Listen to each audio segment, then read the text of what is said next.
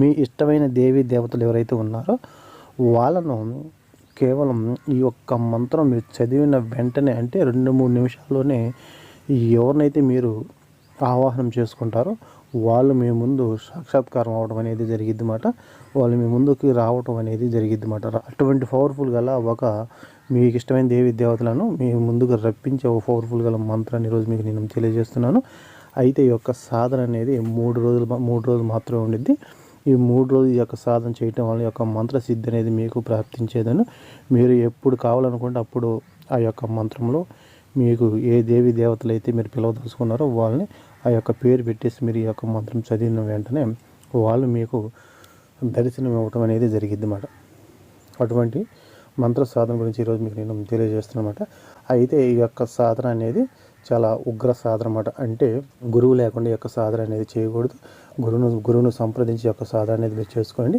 ఒకవేళ మీరు గురువు లేకుండా మీరు సొంత ప్రయోగంతో ఏం జరిగిద్దో చూద్దాం చేస్తారంటే మీకు ఏదైనా జరిగిందంటే మీకు దానికి నాకు ఎటువంటి సంబంధం లేదు. ముందుగా చెబుతున్నాను.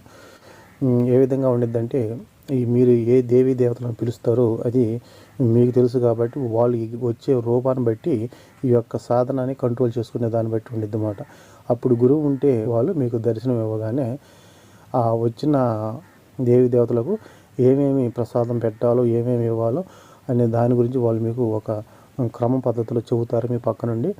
లేదనుకుంటే మీరు అక్కడ వచ్చే దేవీ దేవతలు ఎట్లా ఉంటారంటే కొంతమంది సాత్విక రూపంలో వస్తారు, కొంతమంది తాంత్రిక రూపంలో వస్తారు. సాత్విక రూపం అంటే తెలుసు కదా మీకు, ఎటువంటి మాంసాలు అటువంటివి లేకుండా రావటం. తాంత్రిక రూపం అంటే తెలుసు కదా, వాటిని బలి ఇవ్వటం. ఇటువంటి అన్నీ మీకు తెలుసుకోకుండా ఈ యొక్క సాధన అనేది మీరు చేయవద్దు. కాకపోతే మీకు తెలుసుకోవటం కోసం ఈ యొక్క వీడియో అనేది మీకు తెలియజేస్తున్నాను ఈ విధంగా ఉండిద్ది అని. అంతేగాని మీరు తొందరపడి కూడా మీరు దీని గురించి తెలుసుకోకుండా చేయవద్దు అన్నమాట. ఒకవేళ మీరు చేశారంటే మీకు ఏదైనా జరిగిందంటే నాకు ఎటువంటి సంబంధం అయితే లేదు. ముందు నేను తెలియజేస్తున్నాను. ఈ యొక్క మంత్రం వచ్చేసి 3 రోజుల్లో ఉండేది. 3 రోజులు అంటే రోజుకు వచ్చేసి 108 సార్లు మాత్రం ఈ యొక్క మంత్ర సాధన అనేది ఉండిద్ది అన్నమాట. అంటే ఒక రోజు 108 చదువుతారు, రెండో రోజు 108 చదువుతారు, మూడో రోజు 108 చదువుతారు. 3 రోజులు మంత్రం సిద్ధి అయిపోయింది. 3 రోజుల్లో మంత్ర సిద్ధి అయిపోయింది. ఈ మంత్ర సిద్ధి తర్వాత మీరు ఎప్పుడు అట్లా కూర్చొని ఆ యొక్క దేవీ దేవతలు మీ మనసులో తలుచుకుని యొక్క మంత్రం చదివిన వెంటనే వాళ్ళు మీ ముందుకు హాజరవ్వడం అనేది జరిగింది అన్నమాట. అయితే ఈ యొక్క సాధన అనేది మనం ఏ విధంగా చేయాలి అనే దానిలో పూర్తిగా నేను తెలియజేసే ముందు ఇటువంటి నమ్మని వాళ్ళు వదిలేసేసేయండి. నమ్మేవాళ్ళు ఇది ఏ విధంగా ఉండేదని తెలుసుకోవడం కోసం చూడండి, చేయటం కోసం వద్దు. అయితే ఈ యొక్క సాధన వచ్చేసి 3 రోజుల సాధన. అది పౌర్ణానికి ముందు కానీ అమావాస్యకి ముందు కానీ, అంటే పౌర్ణమి రోజున మొదలుపెట్టే పని అయితే పౌర్ణమి కాడి నుంచి ఇటు వెనక్కి 3 రోజులు అన్నమాట. 3 రోజులు ఎగ్జాంపుల్ మీకు చెప్పాలంటే 25వ తారీఖున పౌర్ణమి అనుకున్నాం అనుకో, 23, 24, 25 చేయాలి. ఒకవేళ అమావాస్య 25 అనుకున్నాం అనుకో, 23, 24, 25 అట్లా ముందు 3 రోజులు మొదలు పెట్టాలి. ఒకవేళ మాకు అనుకూలం ఏమి లేవు అనుకుంటే గురువారం, శుక్రవారం, శనివారం ఈ 3 రోజుల్లో మీరు కంటిన్యూ అనేది చేసుకోవచ్చు అనమాట. ఈ యొక్క సాధన వచ్చేసి మీరు మీ ఇంట్లో అయినా చేసుకోవచ్చు, లేకపోతే ఎక్కడ మీ పూజా మందిరం చేసుకోవచ్చు. లేదనుకుంటే మీకు సపరేట్ గది అంటే గదిలో చేసుకోవచ్చు. అది కూడా మాకు అనుకూలంగా లేదు అనుకుంటే మీరు మీకు దగ్గరలేడని గుళ్ళు ఉంటాయి కదా, టెంపుల్, ఆ గుడిలోనే చేసుకోవచ్చు అనమాట. ఎటువంటి ఇబ్బంది అయితే ఏమీ లేదు. మీరు ఎక్కడ చేసినా సరే ఇంట్లో చేసినా గుళ్ళో చేసినా సరే ముందు మీకు రక్షణ కవచం అనేది ఏర్పరచుకోవాలి. ఆ రక్షణ కవచం అనేది తెలుసు కదా, మన శరీరానికి రక్షణ కవచం అనేది ఏర్పరచుకోవాలి. ఒకవేళ వాళ్ళు వచ్చే ఉగ్ర తాగిడి మీ శరీరం అనేది కంపించకుండా మీరు రక్షణ కవచం అనేది ఏర్పరచుకుంటే మీకు ఎటువంటి ఇబ్బంది అనేది ఉండదు.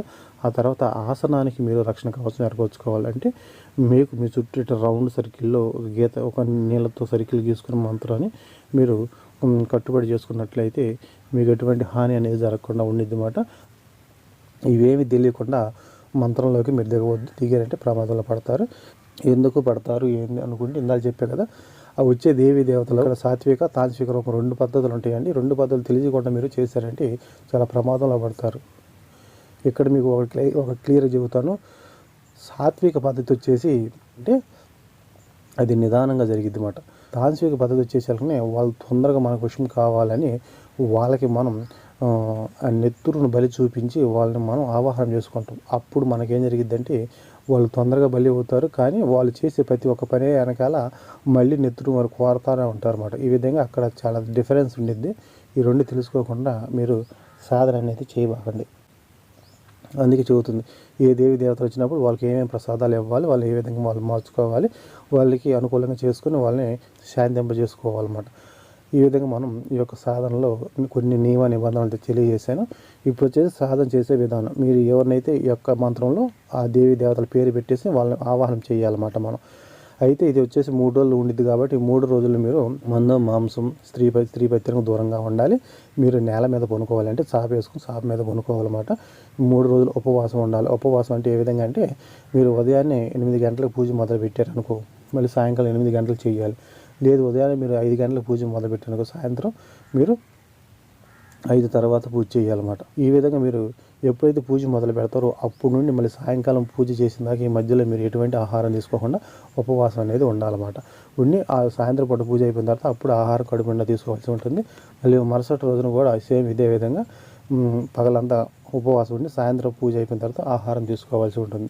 ఈ విధంగా 3 రోజులు చేయవలసి ఉంటుంది. కానీ ఇక్కడ నియమం ఏంటంటే ఉపవాసంతో చేయాలి. కాబట్టి ఇక్కడ మన ఆహారం అనేది తీసుకోకుండా ఉన్నామంటే మనం సాధన చేసేటప్పుడు వాళ్ళ అనుగ్రహం వల్ల మన శరీరం అనేది కంపించిపోయేదాన్ని, మన శరీరం హీట్ అవ్వటము, లేకపోతే మనకు తెలియకుండా మనం గాలిలో లేచినట్లుగా ఉండటము, అనేక రకాలైన శబ్దాలతో, అంటే గాజుల శబ్దం అని గజ్జల శబ్దం అని మన ఏదైతే పక్షులు అరిచినట్లుగా ఈ సాధనలో మీకు అనుభవాలు అనేది ఎదురవుతాయి అన్నమాట.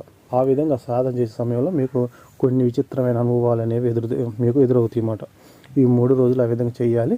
చేసిన తర్వాత మీరు ఏం చేస్తారంటే ఎక్కడ సరే మీరు ఏ విధంగా అయితే మీ ఇంట్లో పూజ చేస్తారో, పూల అలంకారం చేస్తారు కదా, అలంకారం చేసేసి వాళ్ళకి మనం ప్రసాదపూర్వంగా అరటిపూలు అవన్నీ పెడతాం కదా, అదే విధంగా ఇక్కడ ఏం చేయాలంటే ఒక కొబ్బరికాయ పెట్టుకోండి, దీపం అనేది వెలిగించండి, 5 కడ్డీలు వెలిగించండి. వెలిగించేసి తమలపాకు మీద 2 లవంగాలు 2 యాలక్కాయలు పెట్టేసి పక్కన మీరు మామూలు తాంబూలం పెట్టుకున్న తర్వాత మీకు కుదిరితే ఏదైనా రకాలైన స్వీట్స్ బాక్స్ అన్ని పెట్టుకొని మీరు మామూలుగా ఇంట్లో ఏ విధంగా చేస్తాం ఒక మట్టి ప్రమిదలో ఆవు నెయ్యి పోసేసి దీపారాధన చేసేసి మీరు ఇప్పుడు నేను వీడియో మీద ఒక మంత్రం అనేది ఇస్తున్నాను అనమాట. ఈ యొక్క మంత్రం అనేది అఘోరి తాంత్రిక రూపంలో పద్ధతి అనమాట.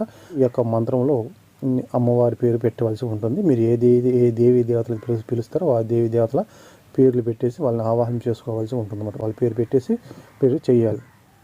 అయితే ఇక్కడ మనం ఏం చేయాలంటే ఇవన్నీ చేసేసిన తర్వాత ముందుగా మీరు చెప్పే కదా మీ శరీరానికి రక్షణ కవచం, ఆచరణకి రక్షణ కవచం ఏర్పరచుకున్న తర్వాత ముందుగా వచ్చేసి మీరు ఇక్కడ వచ్చేసి గణపతి సంబంధించిన మంత్రం మీరు చదువుకోవాల్సి ఉంటుంది. తర్వాత గురు మంత్రం చదువుకోవాలి. తర్వాత మీ కులదేవి దేవతలు ఎవరైతే ఉంటారో వాళ్ళకి సంబంధించిన మంత్రం చదువుకోవాలి. ఒకవేళ మీ కులదేవి దేవతలు ఎవరు లేరు అనుకున్నారనుకో, అప్పుడు మీరు మామూలుగానే మీరు పూజించుకోవాలి. అదేవిధంగా మీ గ్రామ దేవతను కూడా మీరు పూజించుకోవాలన్నమాట.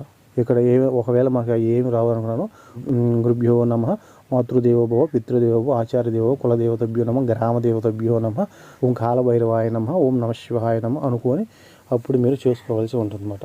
వీళ్ళందరూ అనుకున్న తర్వాత అప్పుడు ఈ యొక్క మంత్రం వచ్చేసి 108 సార్లు చదవాలి. మీరు ఏదో రుద్రాక్షమాలు తీసుకోండి, లేదనుకోండి మీరు ఏదైనా లెక్కేసుకోవడం కోసం ఏదన్నా మీరు పక్కన శనగలు కానీ లేకపోతే ఏదైనా సరే మీ పక్కన పెట్టుకుని 108 పెట్టుకొని, లేదనుకుంటే మీరు ఏళ్ళ మీద లెక్కేసుకొని లేదంటే రుద్రాక్షమాలు తీసుకోండి. ఎట్లా చేసినా సరే 108 తగ్గకుండా 108 పైకి ఈ యొక్క సాధన అనేది కంప్లీట్ చేసుకోవాలి. ఫస్ట్ రోజున మీరు ఏం చేస్తారు, ఉదయాన్నే పూజ చేస్తారు, 108 సార్లు చదువుతారు. మరి సాయంకాలం మీరు పూజ చేస్తారు, 108 చదువుతారు. మళ్ళీ మరుసటి రోజున మీరు ఉదయం పూజ చేస్తారు, 108 చదువుతారు. సాయంకాలం పూజ చేస్తారు, 108 చదువుతారు. ఈ విధంగా ఈ 3 రోజులు సాధన అనేది ఉంటుంది. ఈ 3 రోజులు లాస్ట్ రోజున మీరు ప్రసాదం పెడతారు కాబట్టి ఆ ప్రసాదం అనేది మీ ఇంట్లో వాళ్ళ పిల్లలకు మొత్తాన్ని పంచి పెట్టండి. అయితే ఇంతతో సాధన అనేది అయిపోయిన తర్వాత ఇక్కడ మీ తర్వాత ఈ యొక్క మంత్ర ప్రయోగం మనం ఏ విధంగా ఉపయోగించాలి అంటే ఇక్కడ వచ్చేసి మంత్ర ప్రయోగం అనేది ఏ విధంగా ఉండిద్దంటే మీరు ఏ దేవి దేవతను పిలవాలనుకుంటున్నారో అప్పుడు మీరు అందరికీ ఎవరైనా సరే ఒకరిని కూర్చోబెట్టేసి వాళ్ళ మీద ఈ యొక్క మంత్రం చదవటం వలన వాళ్ళ శరీరంలోకి ఆవాహనం అవుతారు, వచ్చేసి మీకు కావాల్సిన సమాధానం అనేది చెబుతారు అన్నమాట. ఈ విధంగా జరిగింది. అంతేకాదు వాళ్ళు మంత్రం చదివినంత మాత్రం సాక్షాత్తుగా వచ్చి నీ కంటికి కనపడరు అన్నమాట. వాళ్ళ శరీరంలోకి ఈ యొక్క మంత్రం చదవటం వచ్చి వాళ్ళ ధర్మం వాళ్ళ శరీరంలోకి వస్తారు. వాళ్ళు రాగానే నీకు కావాల్సిన ప్రశ్నలు అడిగి వాళ్ళకి కావాల్సిన వాళ్ళకి ఇచ్చేస్తే వాళ్ళు వెళ్ళిపోవడం అనేది జరిగింది అన్నమాట. కాకపోతే సాధన సమయంలో మీకు వాళ్ళు దర్శనం అనేది మీకు ఎదురుగా ఇవ్వరు. వాళ్ళ అనుగ్రహం మన మీదకి ఏ విధంగా వచ్చి అమ్మవారు వచ్చింది రాలేదని మనకి ఏ విధంగా తెలిసిద్దని మీరు అనుకోవచ్చు. సాధన చేసే సమయంలో చెప్పే కదా మీకు మీ చుట్టుపక్కల అనేక రకాలైన శబ్దాలతో వినపడతా ఉంటే గజ్జల శబ్దం కానీ గాజుల శబ్దం కానీ లేకపోతే పక్షులు అరిచినట్లుగా కానీ లేకపోతే మీ శరీరం అనేది కంపించిపోవడం కానీ లేకపోతే నువ్వు కూర్చోగానే నువ్వు గాలిలో ఉన్నావా లేకపోతే ఎక్కడ ఉన్నావా అని నీకే తెలియని పరిస్థితుల్లో మీకు అట్లా మైకు రావటం కానీ ఈ విధంగా కొన్ని సిచ్యువేషన్లు అనేవి జరుగుతాయి అన్నమాట. మీరు భయపడకుండా మీరు నార్మల్గా ఉండి సాధనని పూజ చేసుకోండి. అయితే ఎవరు చేసినా సరే గురువును సంప్రదించి చేసుకొని మీకు మంచి ఫలితాలు అనేవి వస్తాయన్నమాట.